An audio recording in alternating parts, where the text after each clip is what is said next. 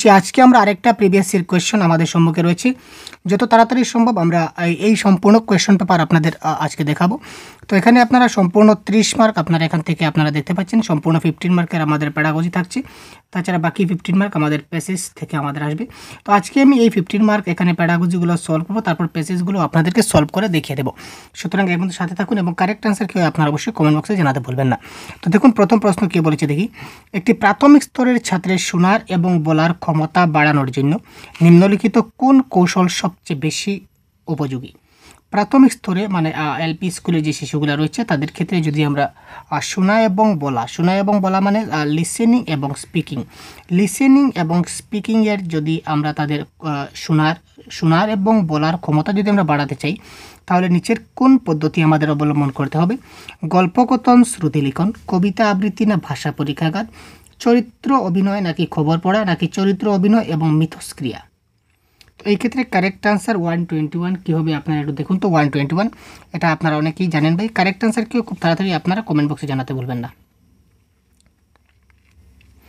শোনার এবং বলার দক্ষতা, সে শুনবে, অর্থাৎ শুনতে গেলে কিন্তু শোনা মানে কান দিয়ে শোনা আমরা জানি, কিন্তু শুনতে গেলে কী চাই? শুনতে গেলে আমাদের মনোযোগ চাই বা অ্যাটেনশন চাই। যদি আমাদের মনোযোগ না থাকে তাহলে আমরা কী করতে পারবো না? শুনতে পারবো না। তো মনোযোগ বা অ্যাটেনশন তৈরি করার জন্য আমাদের চরিত্র অভিনয় খুব গুরুত্বপূর্ণ, তাই না? চরিত্র অভিনয় যদি কেউ করে তাহলে সে চরিত্রের মাধ্যমে সে কি বলবে বা শুনবে সেটা কিন্তু সে খুব ভালো করে বুঝতে পারবে। তো এই ক্ষেত্রে চরিত্র অভিনয় তো থাকছে। তারপর দেখুন খবর পড়া হবে না মিথস্ক্রিয়া হবে। তো আমরা জানি যেখানে শিশুদের সঙ্গে ইন্টারেকশন করা হয়, মিথস্ক্রিয়া মানে কি? ইন্টারেকশন। যেখানে আমরা শিশুদের সঙ্গে ইন্টারেকশন করব এখানে তারা খুব ভালো করে বুঝতে পারবে, শিখতে পারবে। অর্থাৎ কি, যেখানে তার কোনো সমস্যা হবে সে আমাদের বলবে, তখন আমি তাদের সেই সমস্যার সমাধান করার চেষ্টা করব।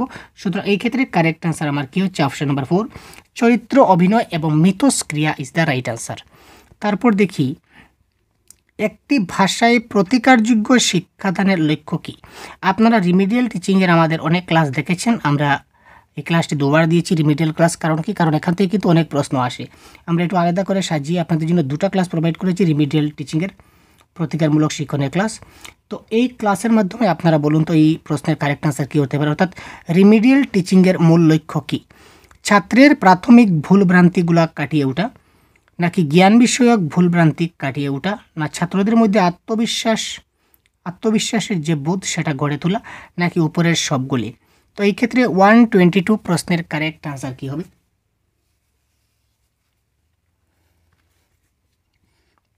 খুব তাড়াতাড়ি কমেন্ট করুন তো কারেক্ট আনসার কী হতে পারে। তো এইখানে দেখুন প্রতিকারযোগ্য শিক্ষাদান মানে ছাত্রের প্রাথমিক ভুলভ্রান্তি কাটিয়ে তোলা, এটাও শুদ্ধ। জ্ঞান বৃদ্ধি, জ্ঞান বিষয়ক যেটা ভুলভ্রান্তি থাকে সেটাও সে কাটিয়ে ওঠে। অর্থাৎ যেখানে তার রিমিডিয়াল টিচিং মানে কি? যেখানে তার সমস্যা থাকে সেটাকে পুনরায় তাকে শিক্ষাদান করা। ঠিক আছে। তো এই ক্ষেত্রে 1, 2 এবং যে সে যখন করবে তাকে জন্য আবার আমরা পার্সোনালি ডিসকাস করব, তখন তার মধ্যে আত্মবিশ্বাসও গড়ে উঠবে। সুতরাং এই ক্ষেত্রে কারেক্ট আনসার আমাদের অপশন নাম্বার 4, অর্থাৎ উপরের সবগুলো এই ক্ষেত্রে হবে কারেক্ট আনসার। তারপর দেখুন কোয়েশ্চন নাম্বার 123, আমরা একটু জুম করে দিচ্ছি, আপনারা অবশ্যই তাড়াতাড়ি কমেন্ট করুন তো এই প্রশ্নের কারেক্ট আনসার। এটা হচ্ছে 123, এটা প্রশ্ন। একটি ভাষার সাধারণ বোঝাপড়া বিচার করার জন্য কোন ধরনের প্রশ্ন সবচেয়ে উপযুক্ত? সাধারণ বোঝাপড়া আমরা বিচার করব, তার জন্য নিচের কোন প্রশ্নটা সবচেয়ে উপযুক্ত হবে? একটি ভাষার সাধারণ বোঝাপড়া আমরা বিচার করব, তার জন্য ছাত্রদের আমরা কী ধরনের প্রশ্ন করতে পারি? অতি সংক্ষিপ্ত, দীর্ঘ প্রশ্ন, নাকি প্রবন্ধ, নাকি বস্তুনিষ্ঠ পদ্ধতি?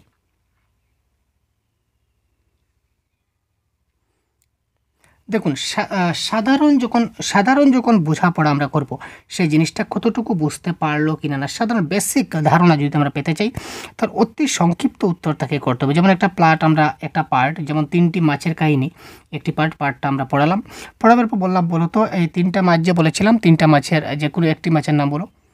তো এই ক্ষেত্রে অতি সংক্ষিপ্ত প্রশ্ন, সে যদি সেই মাছের নামটা যদি বলতে পারে, তাহলে আমি ভাববো কি আমি যে পাঠটা পড়াচ্ছি সেই পাঠটা সে খুব ভালো করে বুঝতে পারছে।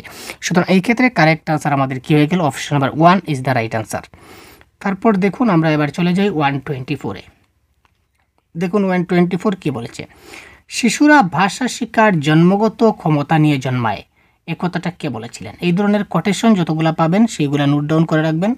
ঠিক আছে, এই ধরনের প্রশ্ন কিন্তু রিপিট আসার চান্স আছে। এখানে জিন পিয়াগেট, তারপর চমস্কি, তারপর বাইগোটস্কি নাকি প্যাভলভ? শিশুর ভাষা শিক্ষার সহজাত ক্ষমতা নিয়ে জন্মায়। শিশুরা কি করে, তারা যে ভাষা শিক্ষার যেটা ক্ষমতা অর্থাৎ লার্নিং অ্যাকুইজিশন যেটা রয়েছে, LAD ডিভাইস যেটা রয়েছে, শিশুর মধ্যে একটা ডিভাইস কাজ করে যাকে বলা LAD। ঠিক আছে, LAD মানে ল্যাঙ্গুয়েজ অ্যাকুইজিশন ডিভাইস, যার ফলে শিশুরা অর্জন করতে পারে। তো শিশুরা ভাষা শিক্ষার যেটা সহজাত ক্ষমতা নিয়ে জন্মায়, এই কথাটা কে বলেছিলেন? 124, সেটা আপনারা জানেন কে বলেছিলেন? নম চমস্কি বলেছিলেন। ঠিক আছে, নেক্সট প্রশ্ন দেখি। 125 কি বলেছে প্রশ্ন আমরা দেখি, তারপর আমরা আনসার দেখব।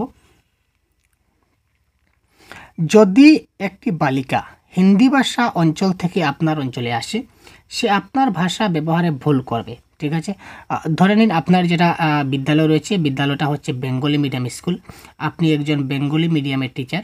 তো আপনার এই ক্ষেত্রে যদি হিন্দিভাষী পরিবার থেকে বা হিন্দি ভাষা অঞ্চল থেকে যদি একটা ছাত্র আসে আপনার স্কুলে, তখন সে কী করবে, তার ভাষা যখন ব্যবহার করবে, আপনার যখন সে বাংলা ভাষাটা বলবে, তখন সে কিছুটা ভুল করবে। একজন শিক্ষক হিসাবে কোন বক্তব্যটা সঠিক বলে আপনি মেনে নেবেন? ও তার অপশন কি বলেছে দেখি, তাকে অবশ্যই তার ভুলগুলো বারবার মনে করে দিতে হবে যে তোমার সেখানে ভুল হয়েছে, সেটা তুমি সংশোধন করো। ভাষা ব্যবহারে তাকে বেশি সুযোগ দিতে হবে। তাকে প্রতিদিন আধ ঘন্টা করে নতুন ভাষা বলার অনুশীলন করতে বলা যেতে পারে। নতুন ভাষার ব্যবহারে তার মাতৃভাষার প্রভাব অনুমোদন না করা যেতে পারে, যে নতুন ভাষা ব্যবহারের ক্ষেত্রে সে যেন তার মাতৃভাষার যেটা প্রভাব সেটা অনুমোদন সে না করে। তো এই ক্ষেত্রে কারেক্ট আনসার কী হবে বলুন তো? 1 নম্বর দেখুন, বারবার তাকে যদি আমরা ভুল বলে মনে করে দিই, তখন সে মানে অসুবিধা ফিল করবে, ডিস্টার্ব ফিল করবে। আর প্রতিদিন আধ ঘন্টা করে নতুন ভাষা বলার অনুশীলন করালেও কিন্তু তার কি হয়ে যাবে না। তো এক্ষেত্রে কারেক্ট আনসার দেখুন অপরচুনিটি বা সুযোগ সুবিধা। আমরা শিশুকে কি করব, সুযোগ সুবিধা বা অপরচুনিটি দিব ভাষা ব্যবহারে, যে সে যেন আমাদের সেই বাংলা ভাষা অঞ্চলে এসেছে, সে বাংলা ভাষা ব্যবহারে তাকে অনেক বেশি আমাদের কি করতে হবে, সুযোগ দিতে হবে। যখন আমরা তাকে অনেক বেশি সুযোগ দেব, তখন অটোমেটিক কোনো একটা সময় সে কিন্তু সবগুলো জিনিস শিখে যাবে। তারপর দেখে নেওয়া যাক এই প্রশ্নের কারেক্ট আনসার কী হবে, খুব তাড়াতাড়ি কমেন্ট করুন। নিম্নলিখিত কোন উদ্দেশ্যের জন্য ভাষা শিক্ষা প্রয়োজনীয় নয়? ভাষা শিক্ষা প্রয়োজন কেন নয়, এবার দেখি অপশন নাম্বার কি রয়েছে আমাদের। জীবনের প্রতিটি পর্যায়ে জানার জন্য, ভাষা বোধ শেখার জন্য, ভেতরের স্বর শোনার এবং বলার জন্য, জীবনের বিভিন্ন বিষয় প্রয়োজনকে পরিপূর্ণ করার জন্য। নিচের কোনটার জন্য আমাদের ভাষা শিক্ষা প্রয়োজন নয় বলেছে? 126 ভেবে আপনারা কারেক্ট আনসার করবেন। আমাদের জীবনে প্রতিটি পর্যায়ে কী চলছে না চলছে এই সবগুলো জানতে গেলে আমাদের ভাষা জানতে হবে। ভেতরের সুর শোনা বা বলার অর্থাৎ কি, অর্থাৎ কোনো কিছু বলতে গেলে, আমি মনের ভাবটা প্রকাশ করতে গেলে কিন্তু আমার ভাষা শিখার প্রয়োজন আছে। জীবনের প্রতিটা প্রয়োজন, আমাদের জীবনে অনেক প্রয়োজন আছে, যদি আমি ভাষা ব্যবহার না করি তাহলে আমার পরিপূর্ণ কী করে হবে? এক্ষেত্রে কারেক্ট আনসার হবে অপশন নাম্বার 2, ভাষা বোধ শেখার জন্য। এখানে দেখুন শেখা বলেছে, অর্জন নয়। ঠিক আছে, শেখা বলেছে, তো ভাষা বোধ শেখার জন্য আমাদের ভাষা শিক্ষাটা প্রয়োজনীয় নয়। 127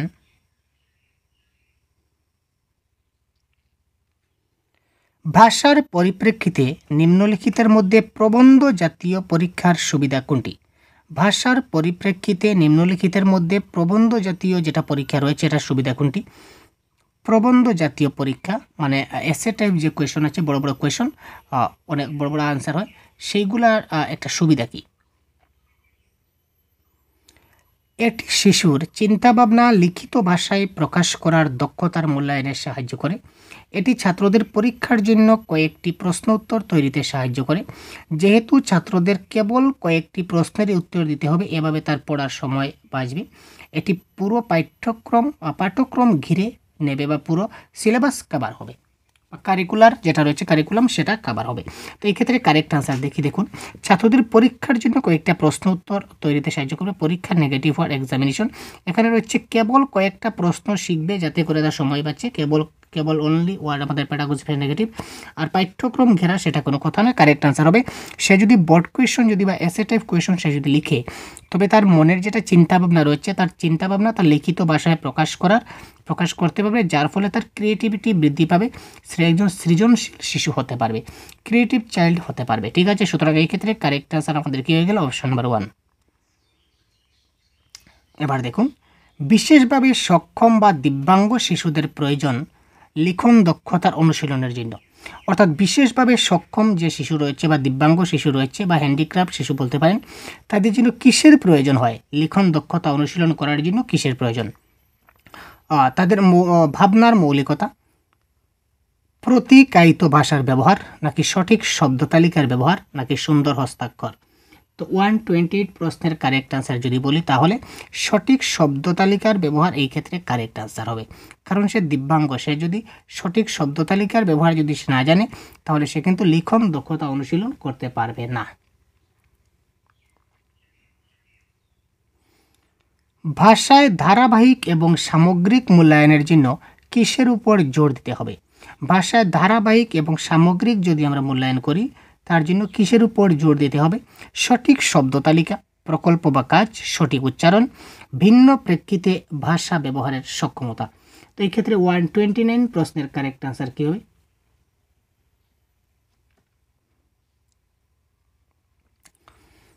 অর্থাৎ কন্টিনিউয়াস এবং কম্প্রিহেনসিভ এভলিউশন যাকে বলা হয় সিসিই, ঠিক আছে, সিসি। তো সিসিই এর ক্ষেত্রে ধারাবাহিক এবং সামগ্রিক মূল্যায়ন মানে সিসি, যখন আমরা একটা শিশুর সিসি নেব তখন কিসের উপর জোর দিতে হবে? সঠিক শব্দ তালিকা, নাকি প্রজেক্ট, নাকি সঠিক উচ্চারণ, নাকি ভিন্ন প্রেক্ষিতে ভিন্ন ভাষা ব্যবহারের সক্ষমতা। তো এই ক্ষেত্রে কারেক্ট আনসার হবে সিসিতে ভিন্ন ভিন্ন পরিপ্রেক্ষিতে ভিন্ন ভিন্ন প্রেক্ষিতে তাদের সক্ষমতা বিচার করা হয়। শুধুমাত্র যে পড়াশোনার ব্যাপারে নয়, সিসি মানে শুধু যে পড়াশোনায় মূল্যায়ন করে সেটা কোনো কথা নয়, সেটা অনেক কিছু তার বাইক, যেমন আমাদের কি বলি কারিকুলাম এবং স্কলাস্টিক এবং কস্কলাস্টিক অ্যাক্টিভিটি, ঠিক আছে, কস্কলাস্টিক অ্যাক্টিভিটিও কিন্তু এখানে হয়। সুতরাং ভিন্ন প্রেক্ষিতে ভাষা ব্যবহারের সক্ষমতা ইজ দ্য রাইট আনসার। বহুভাষিকতা বা মাল্টি ল্যাঙ্গুয়েলিজম মানে কি? আপনারা অনেকে জানেন, কারেক্ট আনসার করুন। ভাষা শিক্ষায় বাধা, ভাষা মূলধনের পক্ষে ভয়ঙ্কর, ভাষা শিক্ষা একটি গুরুত্বপূর্ণ মূলধন, তারপর ভাষা শিক্ষায় সমস্যা উৎপাদনকারী। এই ক্ষেত্রে 130-এর প্রশ্নের আনসার কি হতে পারে? মাল্টিলিঙ্গুয়ালিজম মানে বহুভাষিকতা, অর্থাৎ একজন শিশু যদি অনেক দুটার বেশি ভাষায় কথা বলতে পারে তখন তাকে বহুভাষিকতা বলবো। তো বহুভাষিকতা মানে ভাষা শিক্ষায় বাধা। এখানে ভাষা শিক্ষায় বাধা কি করে আসে? ভাষা মূলধনের পক্ষে ভয়ঙ্কর, ভয়ঙ্কর মানে ক্ষতিকারক। তো বহুভাষিকতা বা মাল্টিলিঙ্গুয়াল আমাদের কী করে না, ক্ষতি করে না, বরং লাভবান করে অনেক বেশি কথা বললে। সেটা ভাষা শিক্ষার সমস্যা উৎপাদন করে, ভাষা শিক্ষার ক্ষেত্রে তাকে সমস্যা উৎপাদন করে, প্রবলেম ক্রিয়েট করে না। সুতরাং এটা কারেক্ট আনসার হবে ভাষা শিক্ষা একটা গুরুত্বপূর্ণ মূলধন হিসাবে আমরা ব্যবহার করতে পারি। তারপর দেখি ভাষা শিক্ষার প্রাথমিক রূপ। ভাষা শিক্ষার প্রাথমিক রূপ কি? চিহ্ন ভাষা, নাকি ব্যাকরণ, নাকি লিখিত ভাষা, নাকি মুখের ভাষা। 131।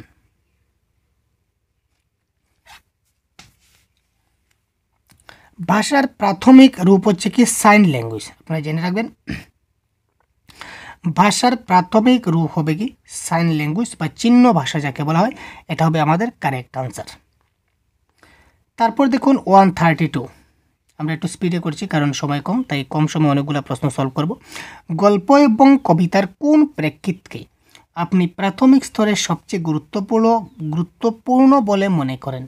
গল্প এবং কবিতার কোন প্রেক্ষিতকে আপনি প্রাথমিক স্তরে সবচেয়ে বেশি গুরুত্বপূর্ণ বলে মনে করবেন? সেগুলি মূল্যবোধযুক্ত হবে, গল্প ও কবিতার শব্দ তালিকা সমৃদ্ধ হবে, বিভিন্ন গুরুত্বপূর্ণ নাম এবং ঘটনা বারংবার উচ্চারিত হবে, গুরুত্বপূর্ণ কবি বা কবিতা সেগুলা গল্প হবে। প্রাথমিক স্তরের সবচেয়ে গুরুত্বপূর্ণ বলে গল্প এবং কবিতার কোন প্রেক্ষিত কি করতে হয়?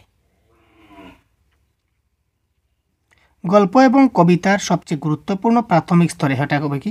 বিভিন্ন গুরুত্বপূর্ণ নাম এবং ঘটনা, সেটা কোনো, এখানে দেখুন বারংবার উচ্চারণ বা রিপিটেশন, সেটা হচ্ছে নেগেটিভ ওয়ার্ড। গুরুত্বপূর্ণ কবির নাম বা কবিতার নাম জানলেই কিন্তু আমাদের হবে না, বিভিন্ন শব্দ তালিকা আমাদের সমৃদ্ধ করতে হবে। গল্প এবং কবিতার বিভিন্ন শব্দ তালিকা সমৃদ্ধ হবে। এই ক্ষেত্রে যদি গল্প এবং কবিতা যদি পড়াই শিশুদের ক্ষেত্রে বারবার, তখন কী হবে? গল্প এবং কবিতার যে শব্দ তালিকা রয়েছে, ঠিক আছে, বা শব্দগুলো তার কী হবে? সেটা সমৃদ্ধ হবে, বা আমরা বলতে পারি তার স্টক ওয়ার্ড বৃদ্ধি পাবে। তো 132 প্রশ্নের কারেক্ট আনসার হচ্ছে অপশন নাম্বার 2। তারপর দেখুন ভাষার ব্যাকরণ শিক্ষা ড্যাশ উন্নতিতে সাহায্য করবে। ভাষার ব্যাকরণ শিক্ষণটা কিসের উন্নতিতে সাহায্য করে? যথাযথ প্রবাহমানতা, নাকি সংখ্যা জ্ঞান, নাকি সাক্ষরতা? তো 133 প্রশ্নের কারেক্ট আনসার এখানে কি হবে? ভাষার ব্যাকরণ সেটা শিক্ষাটা কী করে? অ্যাকুরেট, অর্থাৎ অ্যাকুরেসি, আমরা যাকে বলি অ্যাকুরেসি, এটা কি করে? তার অ্যাকুরেসি বৃদ্ধি করে। সুতরাং যথাযথ উন্নতিতে সাহায্য করে। একজন শিশু যদি ব্যাকরণ শিক্ষা লাভ করে, তাহলে যে কোনো ভাষার ব্যাকরণ যদি শিক্ষা লাভ করে, তাহলে এই ভাষাটা যথাযথভাবে সে ব্যবহার করতে পারবে।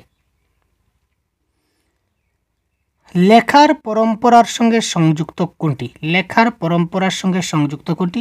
গল্পের ধারণা, কল্পনা, প্রকৃত জ্যোতিচিহ্ন, নাকি ভালো শব্দ তালিকা?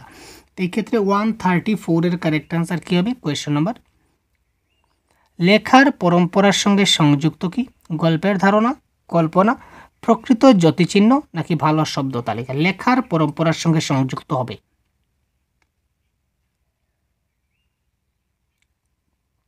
এখানে দেখুন, লিখতে গেলে আমাদের কী প্রয়োজন? লিখতে গেলে আমাদের যে জ্যোতিচিহ্ন যেগুলো রয়েছে, জ্যোতিচিহ্ন কিন্তু লেখার সঙ্গে পরস্পরভাবে সংযুক্ত। গল্পের ধারণা, ঠিক আছে, গল্পের ধারণা আমরা বুঝলাম তারপর লিখলাম, সেটাও মানা যায়। কিন্তু কল্পনা কি লিখবো, ইমাজিন করব, লিখবো, সেটাও ঠিক আছে। ভালো শব্দ তালিকা থাকলে লেখা ভালো হবে। কিন্তু প্রকৃত জ্যোতিচিহ্ন ছাড়া কিন্তু আমরা কোনো কিছু লিখতেই পারবো না। কারণ গল্পের ধারণা যদি আমরা বুঝতে পারি, তাহলে আমরা লিখতেও পারবো, কিন্তু বলতেও পারবো, কাউকে গল্প বোঝাতে পারবো। কল্পনা বা ইমাজিন যদি করি, যে কোনো একটা গল্প ধরে নিন বা কবিতা একটা ইমাজিন করলাম, বা একটা ঘটনা আমরা ইমাজিন করলাম, তো ঘটনাটা ইমাজিন করার পর আমরা কাউকে বলতেও পারবো বা লিখতেও পারবো। শব্দ তালিকা ভালো ব্যবহার হলে ভালো বলতেও পারবো, লিখতে পারবো, কিন্তু জ্যোতিচিহ্ন ছাড়া কিন্তু আমরা লিখতে পারবো না।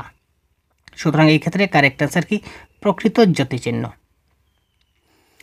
ভাষা মূল্যায়নের প্রকৃত উদ্দেশ্য হবে। ভাষা মূল্যায়নের প্রকৃত উদ্দেশ্য কি?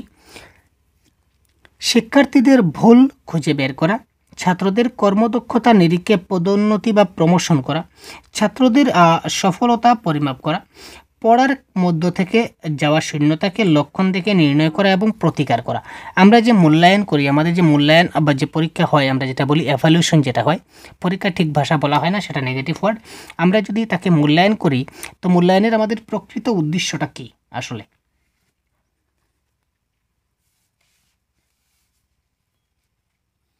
কী হবে? খুব তাড়াতাড়ি বলুন তো, কী হতে পারে কারেক্ট আনসার এই ক্ষেত্রে? দেখুন, আমরা ছাত্রদের কী করি না? প্রমোশন করি না। Promotion is the negative word. আমি পজিটিভ নেগেটিভ ওয়ার্ডের ক্লাস দিয়েছি, দেখেন না থাকলে অবশ্যই দেখে নেবেন খুব তাড়াতাড়ি। ছাত্রদের সফলতা পরিমাপ করা, ছাত্রদের কী হবে? তার পরিমাপ করা বা মেজারমেন্ট কিন্তু আমাদের ভাষায় কী হবে? নেগেটিভ হবে, সেটা কিন্তু কারেক্ট আনসার হচ্ছে না। পড়ার মধ্য থেকে যাওয়া শূন্যতাকে লক্ষণ দেখে নির্ণয় করা বা প্রতিকার করা বা রিমিডিয়াল করা হচ্ছে মোস্ট পজিটিভ ওয়ার্ড। যে আমরা যেখানে তার সমস্যা রয়েছে, অর্থাৎ মূল্যায়ন আমরা সেই কারণে করি যে সে কতটুকু শিখতে পারলো এবং কোন জিনিসটা শিখতে পারলো না বা বুঝতে পারলো না। ওই যে না বোঝা যে শূন্যতাগুলো রয়েছে, শূন্যস্থান যেগুলো রয়েছে, মানে বুঝতে যে জিনিসগুলো পারলো না, সেগুলোকে নির্ণয় করা এবং সেগুলোকে প্রতিকার করা, আবার তাকে ভালো করে বুঝিয়ে পরবর্তী সময় শিক্ষা দান করা, that is the correct answer. তারপর দেখি আমরা এই 15টা আমরা গেলাম প্যাডাগজি। তারপর আমরা যাব প্যাসেজে। 136 থেকে আমরা প্যাসেজে যাচ্ছি। তো প্যাসেজের প্রশ্নগুলো দেখুন কী ধরনের আসে এবং কী করে আমরা খুব সহজে সেগুলো আমরা কী করতে পারি? সমাধান করতে পারি। তো 136 বলেছে কি, জীবন স্মৃতি কার রচনা? অবনীন্দ্রনাথ ঠাকুর, সত্যেন্দ্রনাথ ঠাকুর, দ্বারকানাথ ঠাকুর, না রবীন্দ্রনাথ ঠাকুর? তো এই ক্ষেত্রে 136 প্রশ্ন কী হবে সেটা আমরা জানি না, এবং এটা জানতে গেলে আমাদের প্যাসেজে যেতে হবে। প্যাসেজে আমরা জীবন স্মৃতি যেটা রয়েছে, এটা আমাদের কিওয়ার্ড।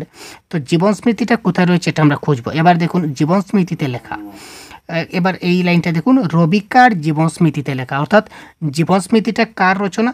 রবিকার মানে কি? রবীন্দ্রনাথ ঠাকুর, তাই না? এবার দেখুন, রবীন্দ্রনাথ ঠাকুর ইজ দ্য রাইট আনসার। রবি বলতে রবীন্দ্রনাথ ঠাকুরকে বোঝানো হয়েছে। তারপর দেখি 137 কি রয়েছে। ফোয়ারা শব্দের অর্থ কী? দেখুন, শব্দের অর্থ যেগুলো রয়েছে, শব্দের অর্থ বা বাংলা ব্যাকরণ, সেগুলো কিন্তু আপনি প্যাসেজে পাবেন না, এগুলা কিন্তু আপনাকে কিছুটা জানতে হবে।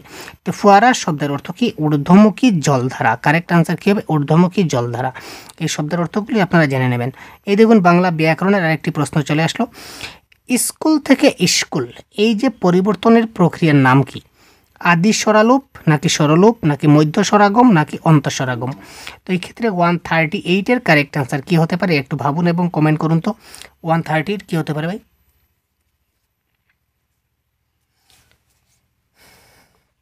খুব তাড়াতাড়ি কমেন্ট করুন। দেখুন এই ক্ষেত্রে কারেক্ট অ্যান্সার আমাদের হবে কি আদি স্বরাগম ইজ দ্য রাইট অ্যান্সার। তারপর আমরা দেখি 139 কি বলেছে, সঠিক বাক্য নির্বাচন করতে বলেছে। এখানে কয়েকটা বাক্য দেওয়া আছে, তার মধ্যে কোনটা একদম সঠিক। বাক্যের মধ্যে কিন্তু ছোটোখাটো ভুল আছে, বেশি মিস্টেক নেই, একদম ছোটো ছোটো মিস্টেক আছে। এই মিস্টেকগুলি কিন্তু আমাদেরকে বার করতে হবে। পড়শি কালাচাঁদ বাবু মাথায় বুলবুলির ঝুঁটির মতো একটি চুল। তো এই যে লাইনটা রয়েছে, এই লাইনটা আমরা সম্পূর্ণটা পড়বো। কতটুকু শেষ, কতটুকু শেষ হচ্ছে আসেন বাবামশাইয়ের কাছে বা আসেন বাগানের মজলিসে। কোনটা দেখি,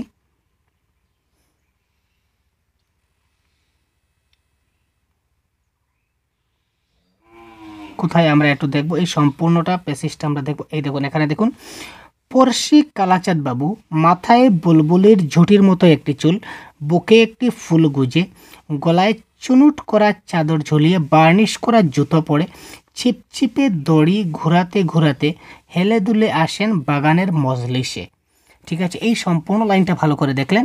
এবার এই এজ ইট ইজ লাইনটা আমাদের প্যাসেজের কত নম্বর অপশনে আছে আমরা একটু দেখি। তো প্যাসেজ আমরা লাস্টে ছিল কি, এই দেখুন এখানে ছিল বাবা মশাইয়ের কাছে, বাবা মশাইয়ের কাছে নয়, আমাদের ছিল বাগানের মজলিসে। ঠিক আছে, বাগানের মজলিসে। তো এই ক্ষেত্রে কারেক্ট আনসার কোনটা হবে দেখি, পড়শি কালাচাঁদ বাবু মাথায় বুলবুলির ঝুঁটির মতো একটি চুল, বুকে একটি ফুল গুজে, গলায় চুনুট করা চাদর। এখানে চুনুট করা চাদর থাকার কথা ছিল, এখানে নেই, সুতরাং অপশন নাম্বার 2 হচ্ছে না।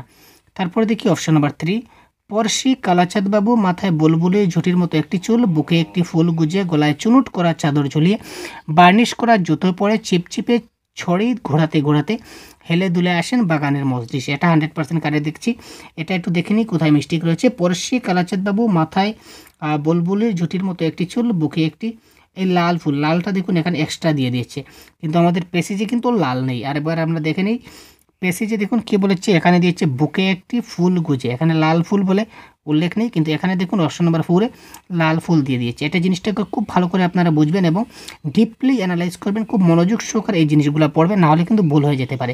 সবগুলো সেম, দেখুন সম্পূর্ণ সেম, শুধুমাত্র এখানে লালটা ঢুকিয়ে দিয়েছে। কোথায় গেল, এখানে লালটা ঢুকিয়ে দিয়েছে, এখানে লাল নেই। ঠিক আছে, এই জিনিসটা বুঝতে পারলেন তো, সুতরাং এটা কারেক্ট আনসার অপশন নাম্বার 3। মাছ ধরার খুব ঝোঁক ছিল তার, এখানে কার মাছ ধরার কথা বলা হয়েছে, বাবামশাই, মতিলাল বাবু, কালাচাঁদ বাবু নাকি রবিকার। তো এটা জানতে গেলে আমাদের পেসেজ যেতে হবে। মাছ ধরার কি প্রশ্নটা আমরা দেখি, মাছ ধরার খুব ঝোঁক ছিল তার।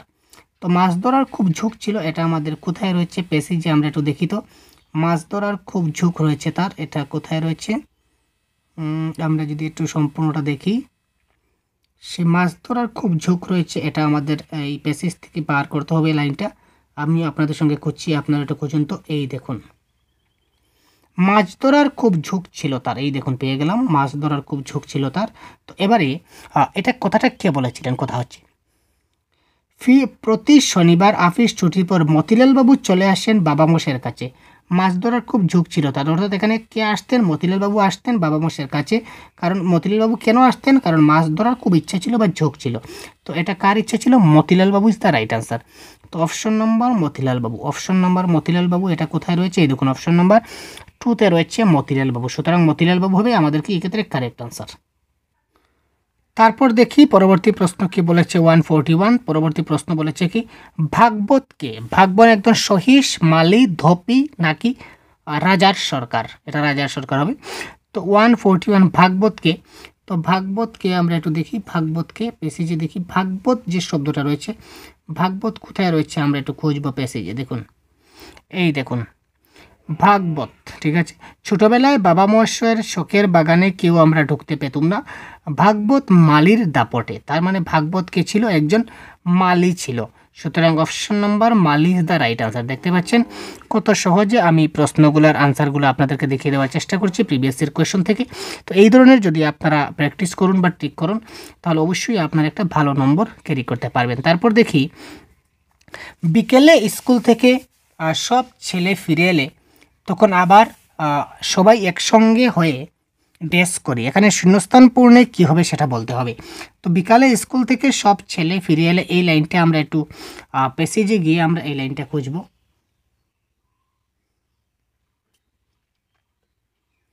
এই লাইনটা যদি আমরা খুঁজি তাহলে সবাই বিকালবেলা স্কুল থেকে এসে আমরা কি করি, এই লাইনটা আমরা একটু দেখব কোথায় রয়েছে। আমরা প্যাসেজের একটু আমরা দেখে নেই। এই দেখুন প্যাসেজের লাইনটা পেয়ে গেছি। বিকেলে স্কুল থেকে সব ছেলে ফিরে এলে আমরা আবার সবাই একসঙ্গে হয়ে খেলাধুলা করি। এখানে ড্যাশের এখানে খেলাধুলা হবে। তো কারেক্ট আনসার এখানে কী হচ্ছে? অপশন নাম্বার খেলাধুলা। এই দেখুন বিকালে স্কুল থেকে এসে সবাই একসঙ্গে কী করি? খেলাধুলা করি। আমাদের অপশনে ছিল খেলাধুলা, প্যাসেজে খেলাধুলা, সুতরাং খেলাধুলা ইজ দ্য আনসার। তারপর দেখি এখানে দেখুন এই বাক্যটা করার একটা ট্রিক আছে। ট্রিকটা আপনারা দেখবেন। রচনা অনুসারে সঠিক ক্রম নির্বাচন করুন। মাছ ধরার খুব ঝোঁক ছিল তার। আমরা ছেলেরা কজন মিলে একপাশে নিজেদের বাগান বানিয়ে নিয়েছিলাম। সত্যিকার হাঁস মাছ ফোয়ারার জলে ভেসে বেড়ায়। ছেলেবেলায় যা ভয় পেতুম বটগাছ থাকে। হয়তো প্রথমটা মিলাবেন নতুবা শেষেরটা মিলাবেন, কোনটা সুবিধা হবে আমরা দেখি। যদি আমরা শেষেরটা মিলাই তাহলে দেখুন 2টা ডি 2টা সি, আর যদি প্রথমটা মিলাই তাহলে সি তারপর কি বি বি এ। ঠিক আছে, দেখুন আমরা যদি লাস্টের দিকে মিলাই তাহলে আমাদের আশা করি সুবিধা হবে, কারণ লাস্টের থেকে 2 নম্বর যেটা রয়েছে, লাস্টে থেকে 2 নম্বরটা কিন্তু আমাদের তফাৎ রয়েছে, এবং লাস্টে থেকে প্রথম থেকে 2 নম্বরটার মধ্যে কিন্তু 2টা সেম আছে। সুতরাং আমাদের সমস্যা হবে, আমরা লাস্টে থেকে মিলাবো। তো প্রথমে দেখুন এই যে 4টা লাইনের মধ্যে কোন লাইনটা সবের শেষে আছে? ডি বা সি হবে। ডি বা সি হবে, কারণ ডি বা সি তো লাস্টে দেওয়াই আছে।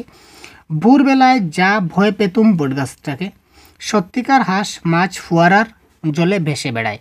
তো এই 2টা লাইন থেকে সত্যিকার হাঁস আর ছেলেবেলায় যা ভয় পেতুম, এখানে দেখি আমরা কোনটা লাইন সবের শেষে আছে। এখানে কারেক্ট আনসার আমাদের কোনটা হবে আমরা দেখে নিই। কী কী লাইন ছিল আমরা আবার ভালো করে নোট আউট করি। ছোটবেলায় যা ভয় পেতুম বটগাছটাকে আর সত্যিকার হাঁস। তো এটার মধ্যে কোনটা হবে আমাদের মানে সবাই শেষে কোনটা থাকবে এটা আমাদের প্রথমে খুঁজে বের করতে হবে। ঠিক আছে, তো ছোটোবেলায় ভয় পেতুম আর কি ছিল আমাদের? সত্যিকার হাঁস ছিল, তাই না? তো দেখুন আমরা শেষে একদম শেষে থেকে আমরা যদি মিলাই তাহলে শেষে থেকে যদি মিলাই তাহলে শেষের লাইন কোনটা আছে দেখি। একদম শেষ হচ্ছে ওই জায়গাতে, একদম শেষ ওই জায়গাতে, ওই জায়গা থেকে আমরা মিলাবো। স্কুল থেকে বাগামশের আসর, তারপর এই দেখুন ছেলেবেলায় যা ভয় পেতুম বটগাছটাকে। তার মানে ছেলেবেলায় যে ভয় পেতাম বটগাছটাকে সেটা প্যাসেজের সবের শেষে আছে। তার মানে প্যাসেজের শেষে আছে মানে কি? তার মানে শেষে আছে মানে অপশন নাম্বার 3 এবং অপশন নাম্বার 4 আমাদের ক্যান্সেল। লাস্টে এই দুটা থেকে একটা হবে। ঠিক আছে, এবার দেখুন বি এবং এক, লাস্টে থেকে বি এবং এ এই দুটো আমরা মিলাই। অর্থাৎ মাছ ধরার খুব ঝোঁক ছিল। ঠিক আছে, আর আমরা ছেলেরা কজন মিলে একপাশে নিজেদের বাগান বানিয়ে নিয়েছিলাম। তো আমরা ছেলেরা মিলে বাগান বানিয়েছি আর আমাদের মাছ ধরার খুব ঝোঁক ছিল। ঠিক আছে, তো এর মধ্যে কোনটা আমাদের লাস্টে থেকে প্রথমে আছে এটা আমরা একটু দেখব। লাস্টে থেকে প্রথমে আছে কোনটা দেখব, অর্থাৎ লাস্ট থেকে আমাদের একদম লাস্টে তো আমরা পেলাম, লাস্টে আমরা পেয়েছি কি পেয়েছি? একদম লাস্টে আমরা পেয়েছিলাম যেটা একটু আগে আপনার দেখিয়ে দিলাম। কোথায় ছিল ভাই? আরে ভাই লুকিয়ে গেল। এই দেখুন একদম সবের লাস্টে আমাদের ছিল, আমরা সে সম্পূর্ণ ছেলেবেলায়, এই দেখুন ছেলেবেলায় ভয় পেতাম বটগাছটাকে সবের লাস্টে আছে। ঠিক আছে, মানে ডিতে থাকবে সবার লাস্টে 4 নম্বরে। তারপর দেখুন তারপর এরপর লাস্টে থেকে যদি মাছ ধরার খুব ঝোঁক ছিল তার, তো মাছ ধরাটা থাকবে আমাদের 3 নম্বরে, আর যা ভয় পেতুম বটগাছটাকে সেটা থাকবে আমাদের 4 নম্বরে। ঠিক আছে, দ্যাট ইজ দ্য ফান্ডা। তো এই ফান্ডা যদি আমরা মিলাই তাহলে এই ফান্ডা থেকে দেখুন কি হয়। এবার দেখুন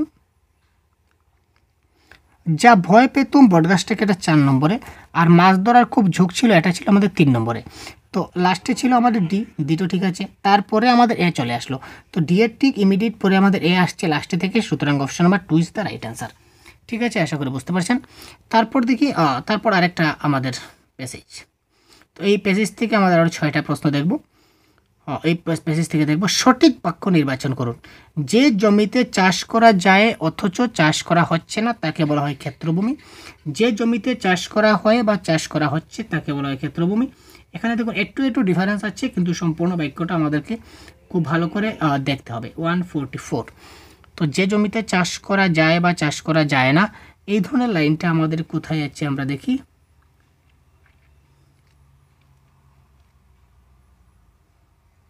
এই দেখুন যে জমিতে চাষ করা যায় এবং চাষ করা হচ্ছে তাকে বলা হতো ক্ষেত্রভূমি। আবার দেখুন, যে জমিতে চাষ করা যায় এবং চাষ করা হচ্ছে তাকে বলা হয় ক্ষেত্রভূমি।